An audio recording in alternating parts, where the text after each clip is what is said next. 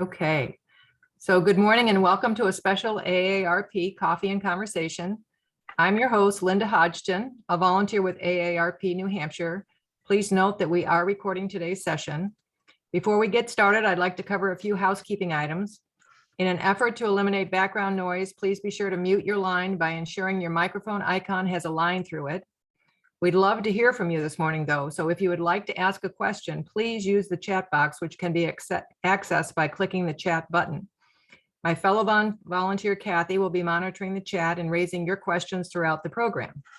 Here at AARP New Hampshire, we are focused on the health, financial security, and social connections critical to the well-being of the 50+ in the Granite State.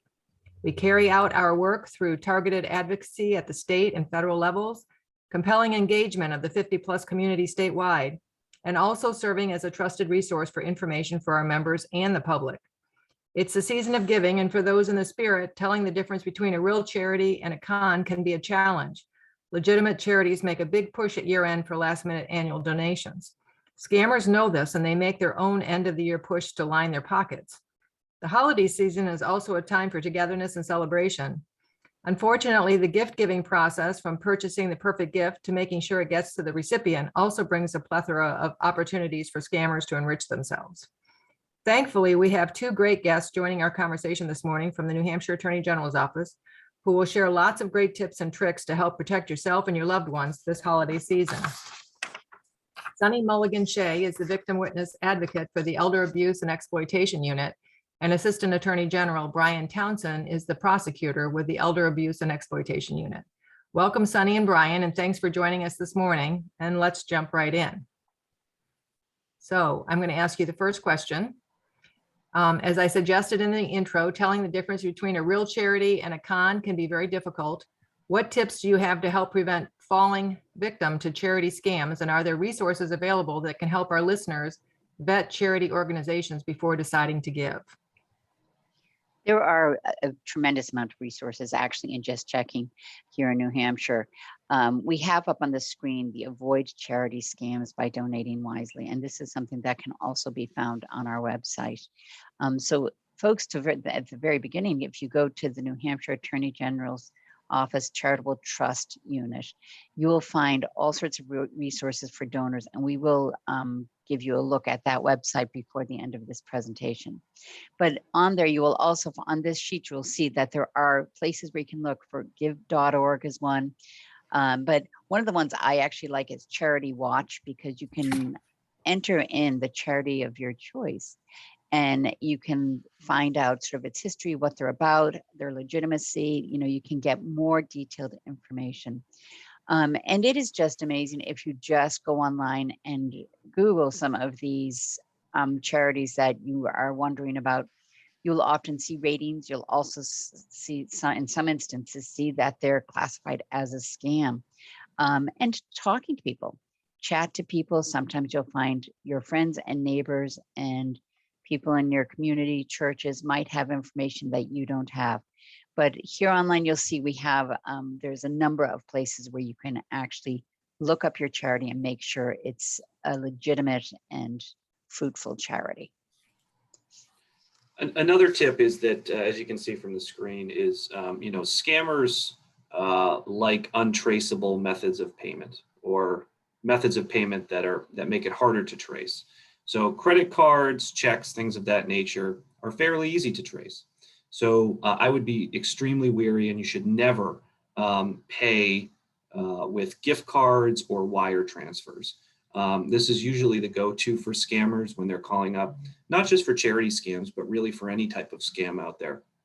They will ask for payment through a gift card. They will ask for payment through a wire transfer.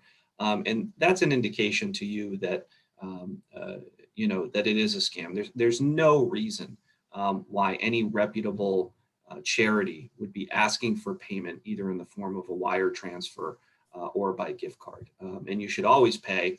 And as Sunny will get to a little later, that really the safest method is by a credit card, or you can pay by check.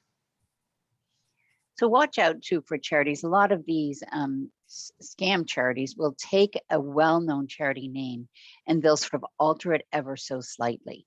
So you have to be really careful and do your due diligence. It's kind of just like pay attention to the minutia or those little details, because these scam folks are very bright. They are very good at what they do. Their job is to rip people off. So just be diligent in looking at the names of the charity. And again, doing that little bit of extra research to make sure they are legitimate. You always have the option too of, as I said, checking online, checking the list of proper charities within the state of New Hampshire on the New Hampshire Attorney General's website. So this next statistic I was really surprised at. A recent AARP survey found that nearly 70% of people shopping online this holiday season plan to pay with a debit card. Choosing this form of payment can make you more vulnerable to fraud losses. And can you talk just a little bit more about this? I know you touched on it already, but 70%, wow. Yeah. And, I mean, there's pros and cons to credit cards and to debit cards. The thing that we are always concerned about is the consumer being out of their money. Your debit cards are directly connected to your bank account. And so if someone manages to get a hold of your debit card or your debit card information or your PIN or whatever, they will be taking money directly out of your credit card, or sorry, out of your bank account. Versus a credit card where it's a company who are managing it and you can dispute charges, you can have them look at it, but during the meantime, your bank account hasn't been diminished. If someone gets a hold of a debit card or a PIN or your information to your debit card, they can empty your bank account quite quickly. And then the burden is often on you to prove that it was a scam. And it frankly is just a headache more than anything else. So we view just the credit card as a little bit safer. Now, debit cards now also have, they're getting better in the assurances and the fraud sort of, the recourse to fraud. But as we said, it's not directly linked to your bank.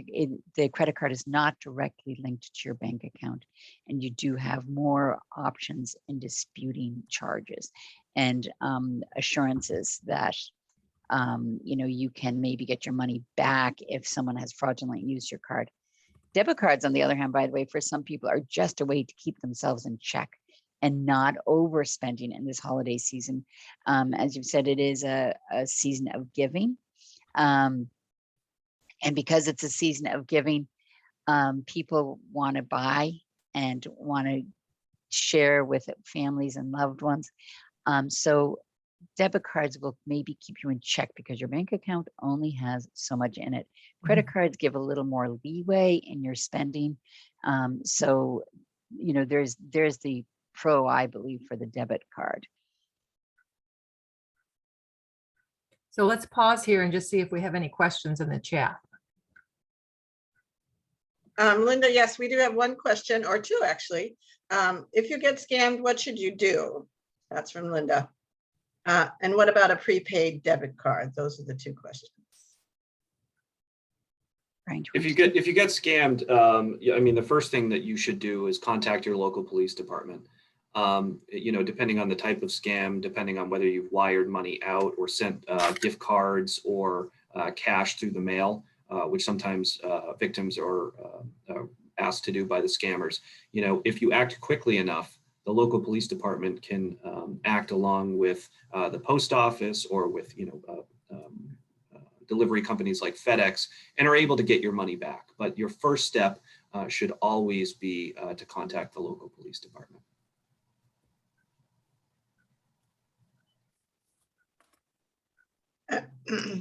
That's great. I actually have been scammed many times, as many probably people have, and I also contacted the AARP fraud line just to let you know that they have a really good fraud line too. But anyway, what about the prepaid debit card? Should people not use those, or what do you think about them? Prepaid debit cards are exactly that. I think there's a certain, again, security in just spending what you have, you know what I mean? But again, it doesn't have the same security as a credit card has. But if you've prepaid, it's again, keeping yourself in check and your spending in this holiday season. So you can give those to charity, or you can give them to as gifts, or you can use them. I Yes. absolutely do not recommend using debit cards and gift cards or any of those thing in that nature for giving to charities. I would always recommend just either a check, or if you know exactly who you're talking to, like if you've initiated the charity call, that you could use your credit card, because can you have that security in disputing a charge, which you don't have with a debit card. But gift cards, debit cards, please don't use those in giving. And the last question was for me about sending. I do send money monthly to a couple of charities, which I initiated through my bank account, like it's an automatic regular debit thing. Do you think that's okay? It seems like it has been so far. I think it's absolutely fine, because again, you have entered in that information, you have initiated it, you have chosen the charity of your choice, and it's such a wonderful thing to choose a charity that means something to you, and to give on that regular basis. And that way too, you can sometimes spread out the cost over the year. And for the charity themselves, some of them receive like floods of donations at specific times of the year. It allows those charities too to function on a more even level. Very nice, thank you. And that's it for the questions at the moment. Thank you. So most US consumers will purchase a gift card for someone this holiday season. While these gifts are easy to give and popular to get, they're also open to fraud. What tips do you have for those purchasing gift cards this holiday season?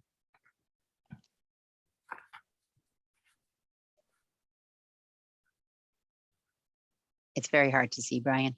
It's very small. I don't know if we can enlarge it any. Beautiful. Yeah, very Oh, good. good. Thank you.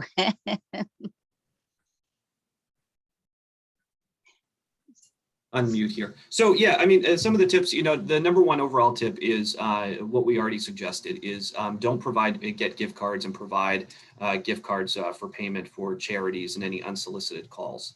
In terms of actually going out and purchasing, what you want to do is when you're picking up the gift cards, most of them you'll see in these retailers like Target and things of that nature are in these little stands right near the cash out or the register. You want to just take a quick look at the packaging, and there's a strip on the back that contains a PIN number or a number that you'll need in order to access your gift card in order to spend your gift card. If the packaging is damaged in any way, or if that little the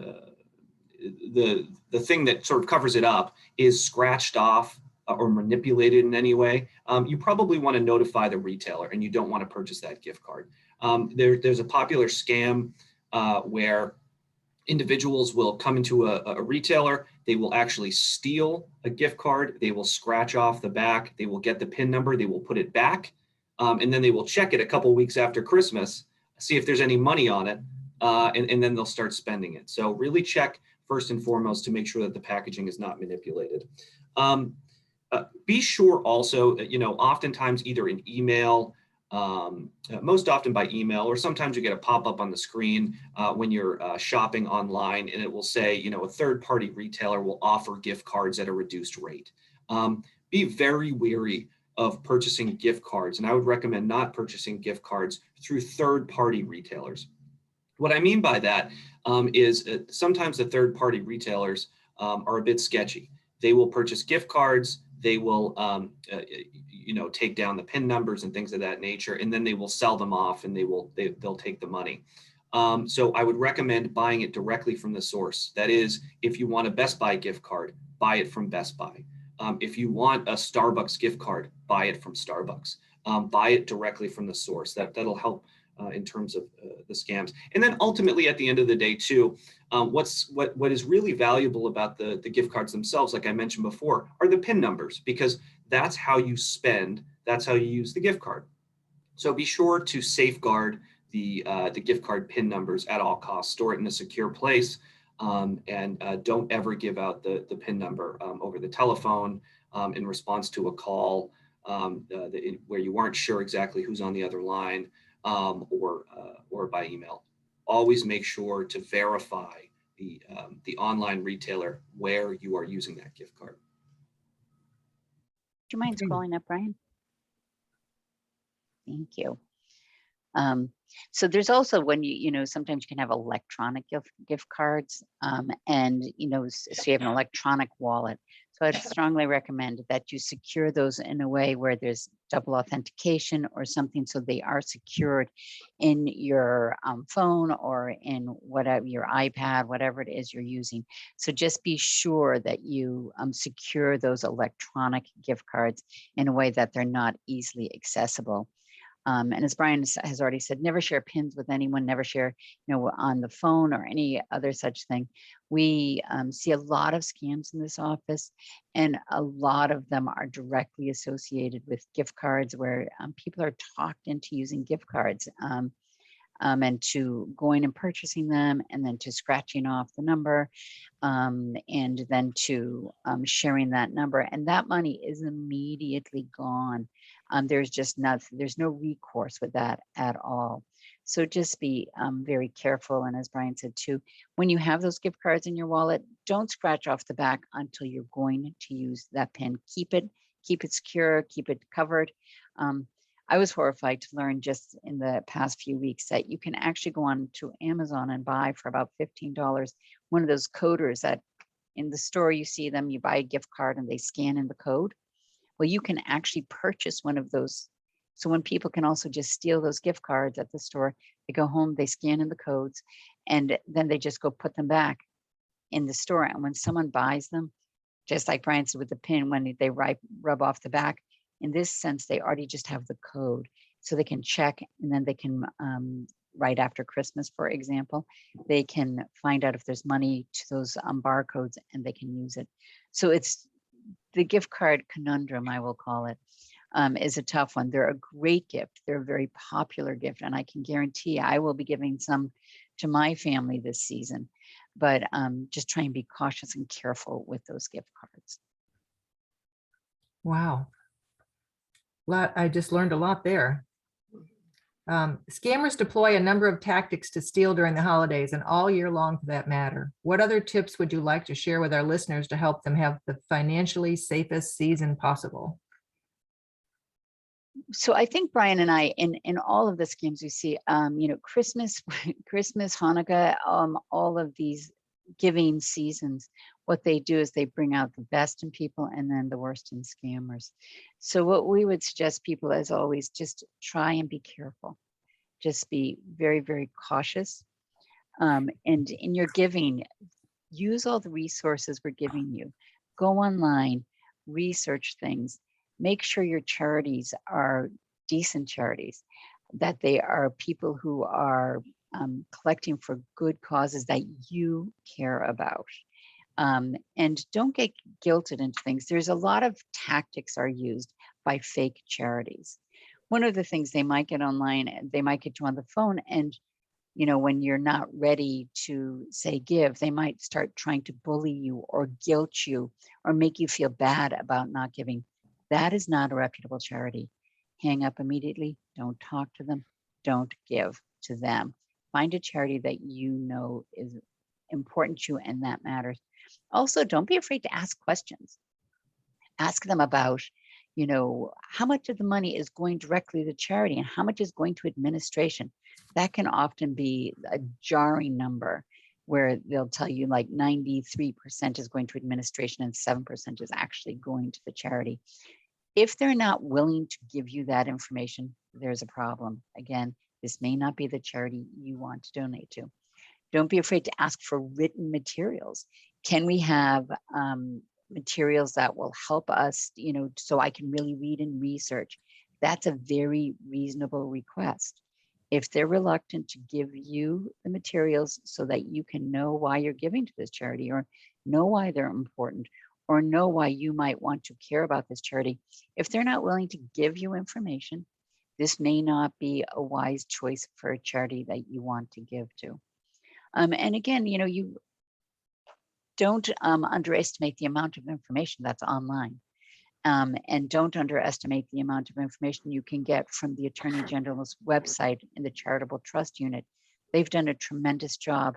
In New Hampshire, we were one of the first states where you have to register to collect money for charities in New Hampshire, but you can also go on to that website and you can find rankings are the people, is the charity in good standing? Is the charity, is it legitimate? Are they licensed? If you don't find their name at all there, well, you don't want to be donating to them. So here you'll see on the screen, this is the donors public. This is an actual link within the New Hampshire Attorney General's office. And this is all for the donors and for the public. So you can find resources. So you can look up what are real charities. The Charitable Trust Unit have done a tremendous job in trying to keep consumers safe and to educate and provide them with information. And the other option is, as you see on this website, the other option is you can write to them to inquire about charities, and you can call. If you're really unsure, call, ask the question before you give out money where there's that nagging question in the back of your mind. And trust your gut, everybody.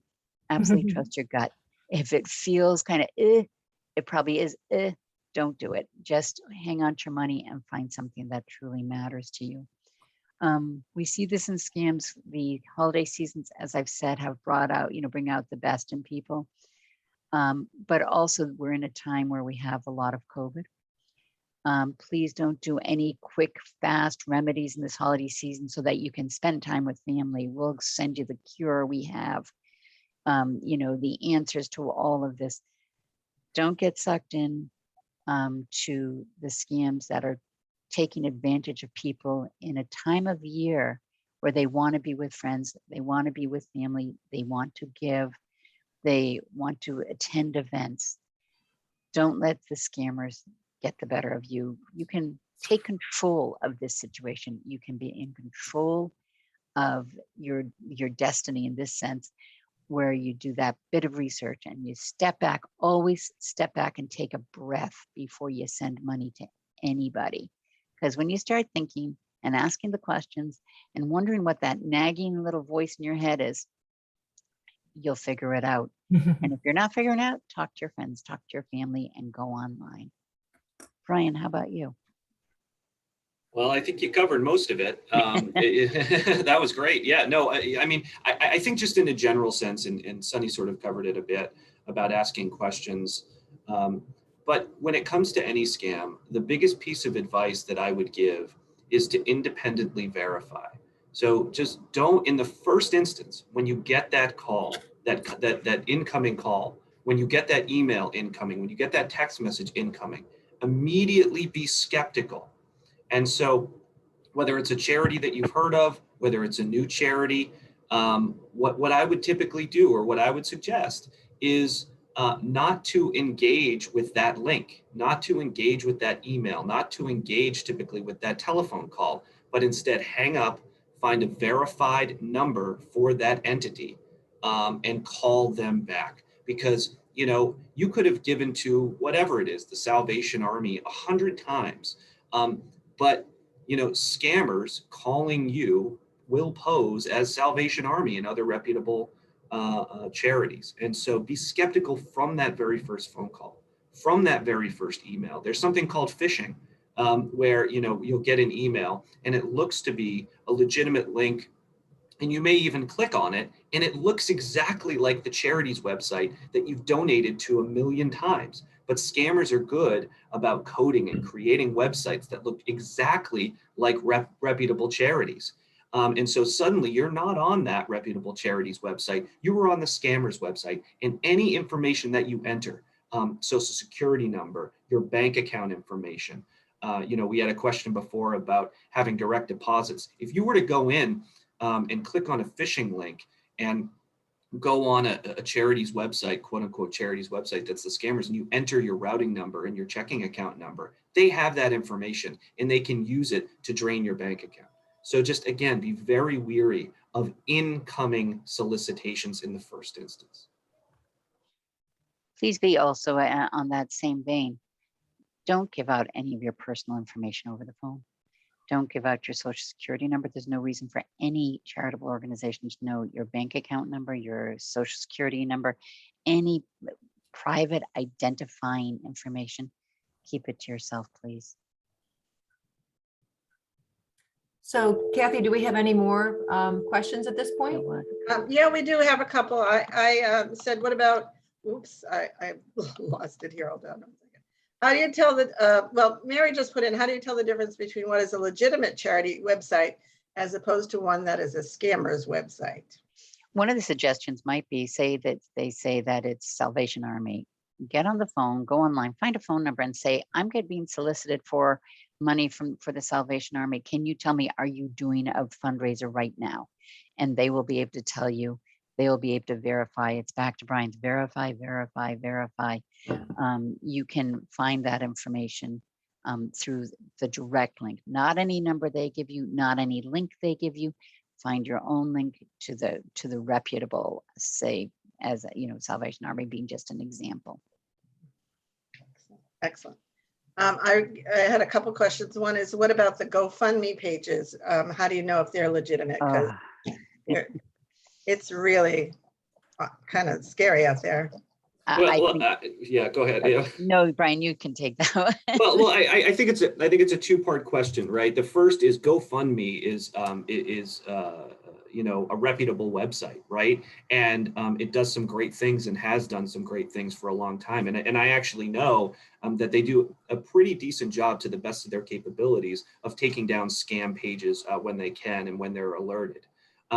But that being said, there is nothing to prevent, in the first instance, someone from making up a page for a fake charity or claiming that they lost a loved one or claiming that they lost a child and seeking donations. And so what I would say is, if you know, be very weary of donating to something where you don't know that someone who is personally involved and can actually verify exactly you know, what you're giving to. And you know, my understanding is that when you create these pages, you know, you have to create, or typically what's created is a 501c3 charitable entity that is to receive the funds. And so, you know, you can look that information up typically on the IRS website. I don't know if you can get it through the state website or not, but you know, I would look into that information to see if what you're giving to is a legitimate charitable endeavor. That's great. Did you want to add anything, Sunny? No, I think Brian covered it pretty well. I just, you know, there's a lot of resources out there to verify these legitimate charities. So don't be afraid, again, to ask a zillion questions, and don't be afraid to just do a bit of research before you get open your wallets to anybody. And the last question is, it's for me. I give sometimes to the Giving Tuesday drives in New Hampshire. I have given some money. They get a lot of emails from those people again to give again. So I wonder what I mean, there's a lot of promotion around these Giving Tuesday, Thursday, whatever it is in New Hampshire, kind of twice a year. Any thoughts about that? Do you know, I'm not familiar with the Giving Tuesday thing. I'm always concerned, though, when it puts you on the mailing list where you're just being bombarded with requests. I tend to encourage people to choose the charities that just truly mean something to them, for whatever that reason might be, the one that's close to your heart, and where you want to see your hard-earned money go. And being bombarded is just feels wrong to me. But I realize these charities also have to raise money when they're legitimate, and I understand that. But just choose the ones you're going to be part of and give to those. My tendency is to contact them directly rather than go through that email, because you don't even know who they're really from. So. Absolutely. Yeah, I would echo that. So any of these sort of giving drives, I mean, that's the advice that we give to people, is contact the companies themselves to make sure that they are a part of it, or at least understand and know that this is going on. If they're not a part of it, you know, you should contact, I would recommend, you know, contacting the Attorney General's office if if this is going on in New Hampshire. And at least making sure that the charitable trust unit is aware of it, and you know, aware that a third party is soliciting donations for an entity where that entity has no idea they're involved. That would be my bit of advice. I don't know that's true, but I think it's wise to do it. Verify, verify, verify. That's it for the questions at the moment. All right, thank you. Well, thank you, Sunny and Brian, for sharing your time and expertise with all of us today. I certainly found it helpful. Thanks to the audience for joining us for today's coffee and conversation. I hope you enjoyed hearing from our guests and that the information and resources will be of value to you. I would encourage all of you to visit AARP's Fraud Watch Network website, which I will put in the chat, and check the AARP New Hampshire website often, aarp.org/nh. For more virtual programs coming soon, including live cooking demonstrations, paint and sip events, gentle yoga, and yes, more coffee and conversation. So be well and take care. And if you give me just a minute, I'll put this in the chat. Thank you very much for having us. Thank you. I have a quick thing that just came up yesterday. My friend's here, and she got 11 scam calls in one afternoon, and she blocked every single one of them. They were all from different numbers, and they kept finding her number and calling her. It's just, I think it's just kind of a pain. I mean, I don't know what she can do besides block the numbers, right? One of the things we're encouraging people to do is to let everything go to voicemail. If it's your doctor, they're going to leave a message to call them back. If it's, a family member, stop answering, just because they a lot of them are robocalls. They tend to hang up if you don't answer. So we would encourage people, just let it go to voicemail, educate your family that this is what you're going to do, just to avoid these scam calls. My phone has rung twice just while we were doing this, and I'll bet you that both of those, because we don't answer our landline. Me Yep. too. So people are trying to get a hold of me, they call me on my cell phone. So almost all of those are people looking for money or trying to sell me something. Right. Well, as I said, I think I'm well past my college loans, Yeah. which is one of the ones I get. And my poor car needs 10 warranties still. I for some know, reason. yeah. So yeah, and that's the thing, we encourage everybody to take control. Just Yeah. don't get sucked into answering 10 calls. I just got 2 emails, one from Land's End that looked completely legitimate, was not. And Amazon has contacted me several times, which was not them either. So it's happening everywhere. Everyone I know has had it happen to them. And we know there's some scams with Amazon, people buying on Amazon and being told that, there's some problem and that they need to get information from you. And we know there's a scam out there related to that, to the Amazon buying for the holidays. And the Land's End one was the new one. And I called them directly, like you suggested, instead of going through the number that was on the email. And they said, yeah, we know about that scam. That's a big scam, and I reported it to the Fraud Watch people, but I reported it to the Land's End people too. Great. I don't know. Yeah, whatever. It is wonderful that ARP has the fraud line where people can call and get verification on things that are going on, or just someone to talk to about it, because that's huge. They know it's a fraud. Yeah. Yeah. Scam. So do you guys. Thank you very much. I sure appreciate it. Thank you, everybody. Thank you. Bye. Take Thank care you. now. Good day. Bye. Take care. Have a happy holiday. Happy holidays. Don't get scammed. Bye-bye. Bye.